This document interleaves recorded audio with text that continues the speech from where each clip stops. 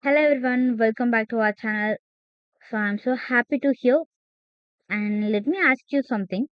Have you ever heard the word dynamic programming and immediately feel like tiny bit and panic? Like, oh no, what DP? And that's look like a scary one. And well, I have got good news for you today because we are going to solve one of the famous DP problem, climbing stairs. And by the end of this video, I promise you dynamic program is going to feel a lot of less scary and in fact it might even feel fun also. And this problem is a favorite in TCS NQT, Amazon, Google and Flipkart also. And it looks simple on the surface, but it tests whether you understand one of the most powerful problem solving technique in computer science. And here's the exciting part. Once you understand the pattern behind the problem, you'll automatically be able to solve at least 10 other DP problem. And that's how fundamental this one is. And so grab your notepad and open your ID and let's climb this chart together. So let's read the problem carefully. And I mean carefully because in any coding exam, half the mistake come from not reading the problem properly. And here the problem is you're climbing a staircase. It takes n step to reach the top. And each time you can either climb one step or two steps. In how many distinct ways can you climb to the top? So that is what our question. So for that, we just take a input and output. And in an input, we just take a total number of staircase. And in output, we just give a number of distinct ways to reach the top. So here we have two examples. So one is if we in a example one we take our n value as a 2. So it means we have a 2 staircase. So here we can climb 2 staircase by we can climb by one step. Otherwise we can climb at a 2 step at a once. So we have a two ways. And for the example 2 we have a total number of 4 stairs and we can climb by one step and first two step climbing by one and last two step by climbing at a time or two. And another way is one step at a time and two step and one step. We can go like that also. At first two step and one step. And other way is we can climb by two step and two step. So this is also one of the way. So here what we got. So here we have a five distinct ways to climb a n number of steps. So here is an interesting part. So look at those answers. So if I get n equal to 1, we have a 1 base. And if I take n equal to 2 stars, we get a 2 distinct ways. And if we get a n equal to 3, we get a 3 distinct ways. And if it's 4, we get a 5. And if it's 5 stars, we get a 8 ways. It just look at the pattern. So it is familiar to you. It's 1 and 2, 3, 5, 8. So 1 and next we have 2. 1 plus 2 is 3, right? And 2 plus 3 it's a 5. And 3 plus 5 it's 8. It just look like a Fibonacci sequence. And that discovery is the key to solve this problem. So let's build our thinking step by step. And I want you to understand why the solution works, not just copy it. So think about our last step. So here's a powerful trick for DP problem. And think about what happened at the last step and ask yourself just before one ditch step and where was I? So there are only two possibilities. So if I was on step n minus 1, I took one step up. If I was on a step n minus 2, I took a two step up. So that's it. No other option. So the total number of ways to reach step n is simply ways of n minus 1 plus ways of n minus 2. So now you might think, great, let's just write a recursive function. And yes, that's work also. But here's the problem with naive recursion on this problem. So when you call the ways 5, it calls the way 4 and ways 3 also. But ways 4 also call ways 3.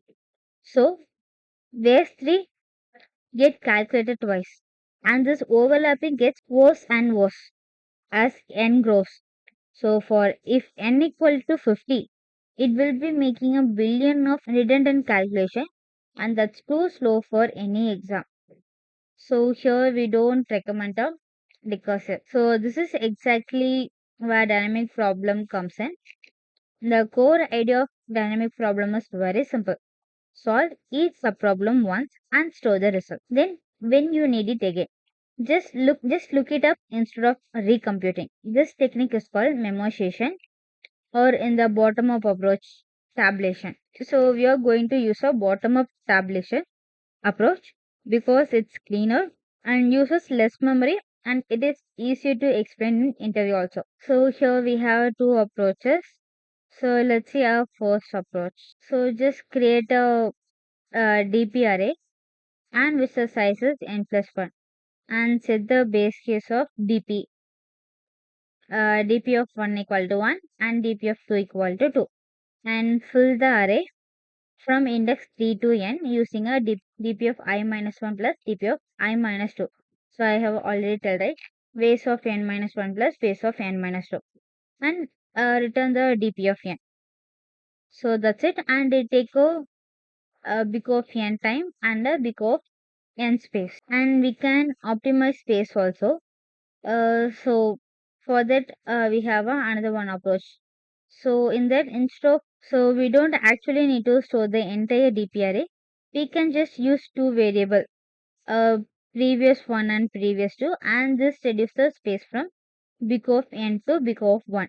So we code both approaches. The DP array version first, so it is easy to understand, and then optimize to variable version. So we define a function that takes the number of stars n and return the number of distinct ways to climb. And in if condition, we have take a base case. If there is only one star, there's only one way. We take a single step, so no need to compute further. And if n equal to 2, we have to return a 2, because in our base case, if there are two stars, there are two ways. One which is climb by step, or a two step at a time. So these are our starting point, and we create a DP array index. I will store the number of ways to reach space I, and we size it n plus 1. So index n is valid, and populate our two base cases into the array.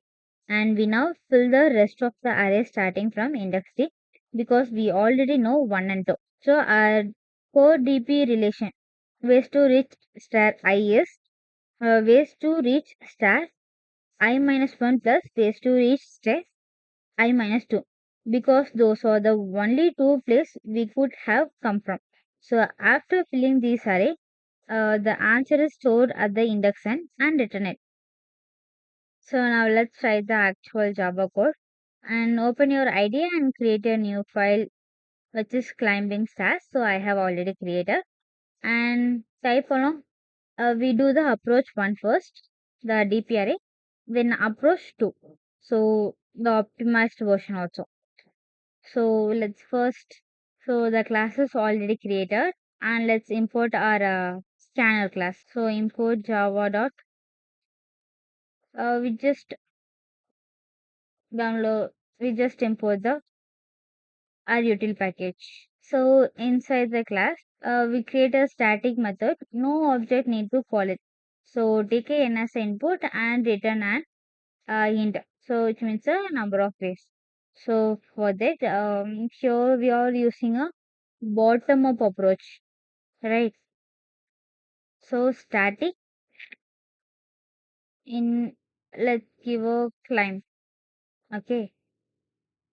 So in the climb, we just pass our value n. So of course we will get the n value from a user, right? So here just create our main class. So public static void main. So inside that our scanner. So scanner is equal to new scanner, and inside that system.in.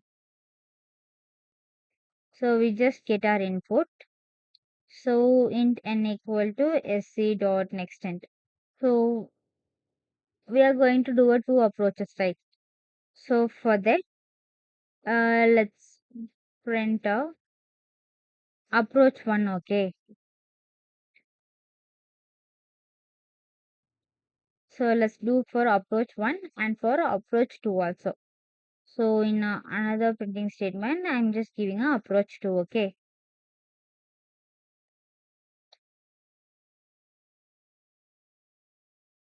so here what we have to do means, so we have to create two methods for approach 1 and for approach 2 also. So we have just printed and we have to pass the values. So let's do for a climb. Okay, so we code for a approach 1. So we have create a static method and inside that we have tell right. So if our edge cases, if n equal to 1 means we have to return a 1, right? We have to return a 1. And if n equal to 2 means we have to return a value 2 because there is no other possible ways. So and after that we are creating our DP array. So in DP array,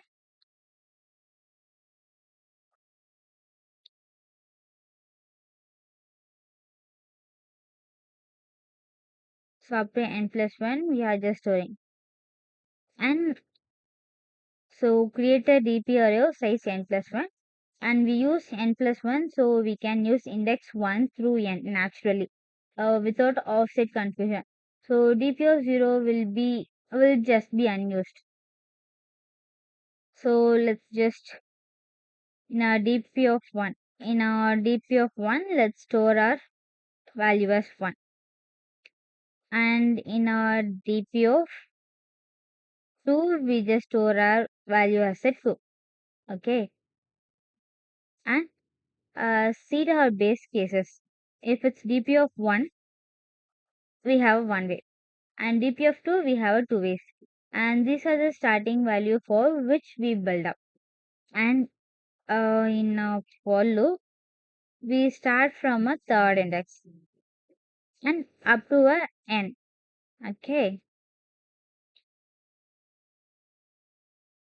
After that I plus plus and inside the DP of 5 we are just counting our ways.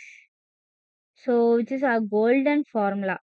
So ways to reach a stair I equal to ways from star I minus 1 plus ways from star I minus 2. So so our Fibonacci relation. So which means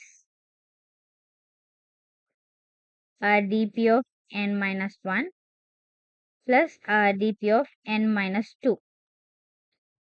So this is our golden formula and we have to return the DP of n. So return DP of n. So now we have created this, right? And we have to pass our n value.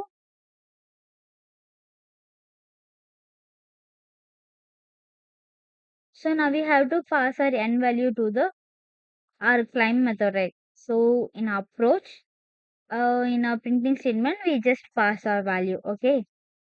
So here we write something like ways to reach. So we just write this, and after that we just pass our value and get our output. So for that, I'm just calling the climb function and passing my n value. So and as for so here let's create our second method for our second approach, and after that we just pass our value to the next one. So our second approach is space optimized, right? So for that, I'm just using a static int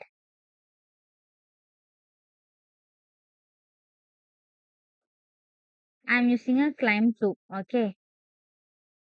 So climb 2. So here also I'm just passing my n value. So we have created our space optimized method. So some logic, but instead of an array, we only keep two variable at any time. So here our same rule. If n equal to 1, we have to return 1. If n equal to 2, we have to return the 2. Okay, so that rule will not be changed. So we just take two variable. So I'm just taking a previous 2. Okay. So in a previous 2, I'm just storing my value 1. And I'm taking another one value, which is previous 1. In that, I'm taking my value 2. Okay.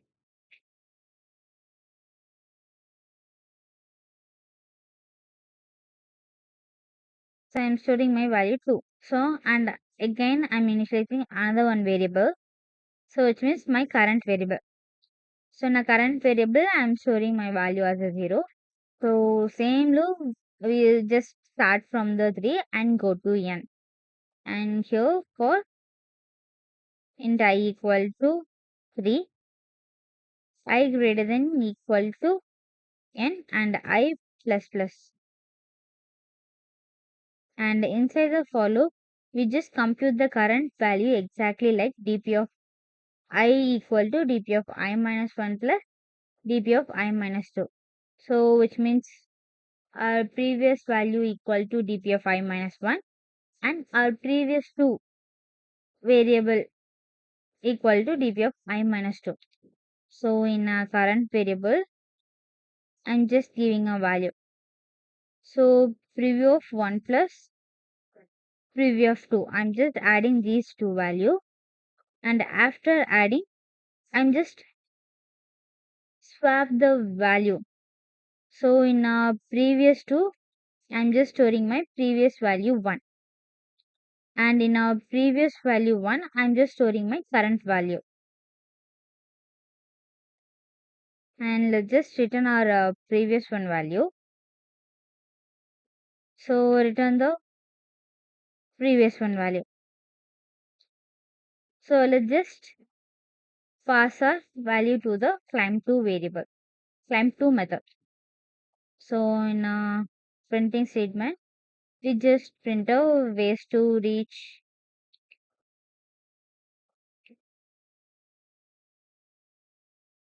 and after that our climb2. So here also we are just passing our n value. So let's run this code. So let's give our value, let's give a 5. So if I give a 5, what will I get? I get a 8 base. So let's see. So we got a 0. So let's see what will happen. So instead of 5, we have give a n. So change this n to I. So let's run this.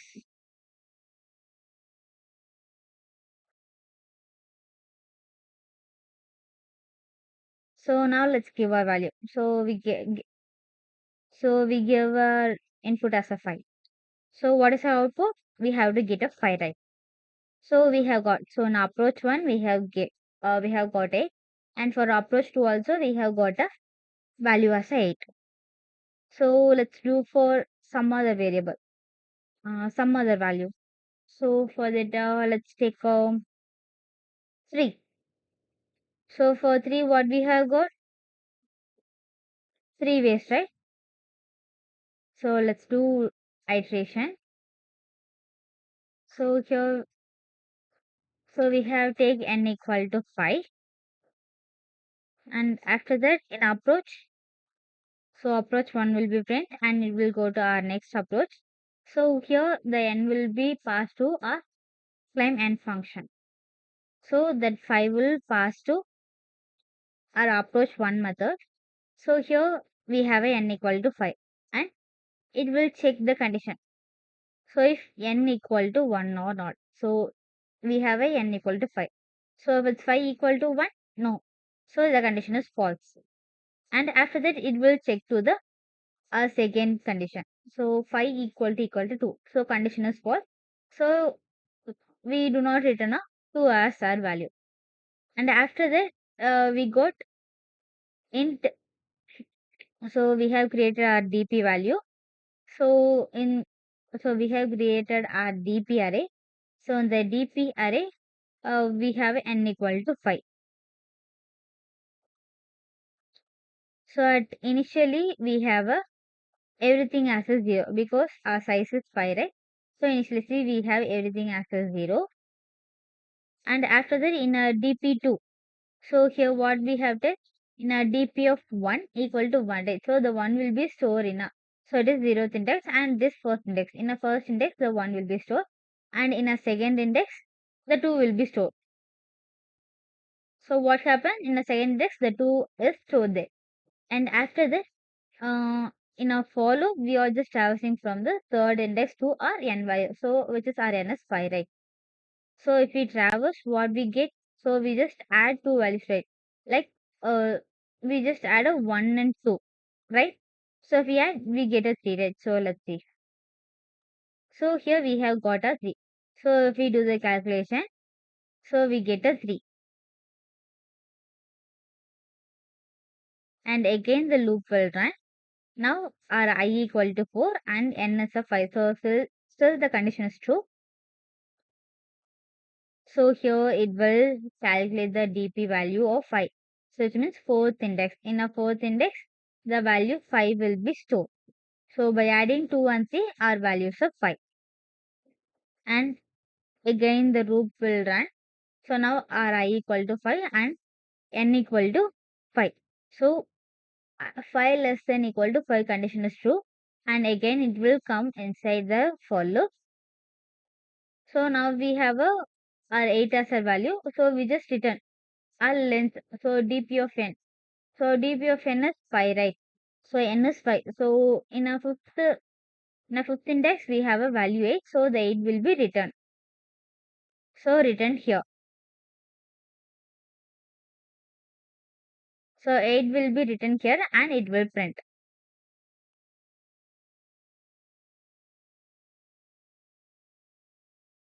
So 8 will be print here, and after that this approach will, and approach 2 will print, and after here it will print the ways to reach, and it will call the climb to method and pass the n value.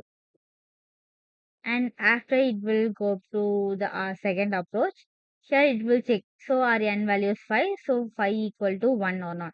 So condition true. And for second condition also 5 not equal to 2. So condition is failed. And we have initialized previous 2 equal to 1 and a previous 1 equal to 2 and current value equal to 0. So inside the loop we are just going to run for n times. We just start from the third index. So here we have calculated. So in our previous,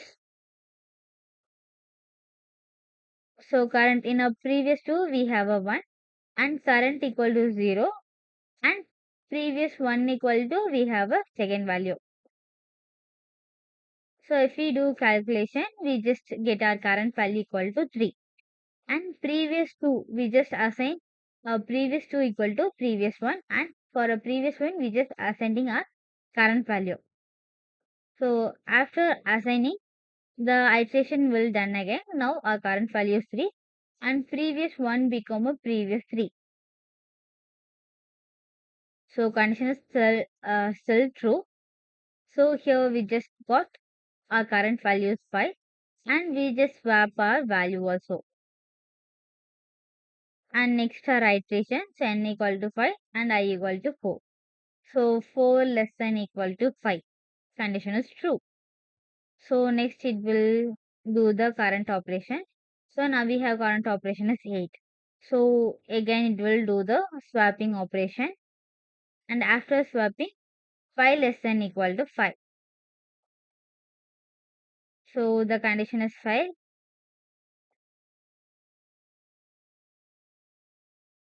So here our current value is 8 and we just print a previous one. In the previous one, we are just storing our current value, right?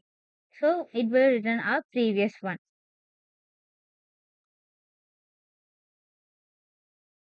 So it will just come here and print our output. So we have got, so in approach 1 we get a 8, and for approach 2 we get a 8 ways.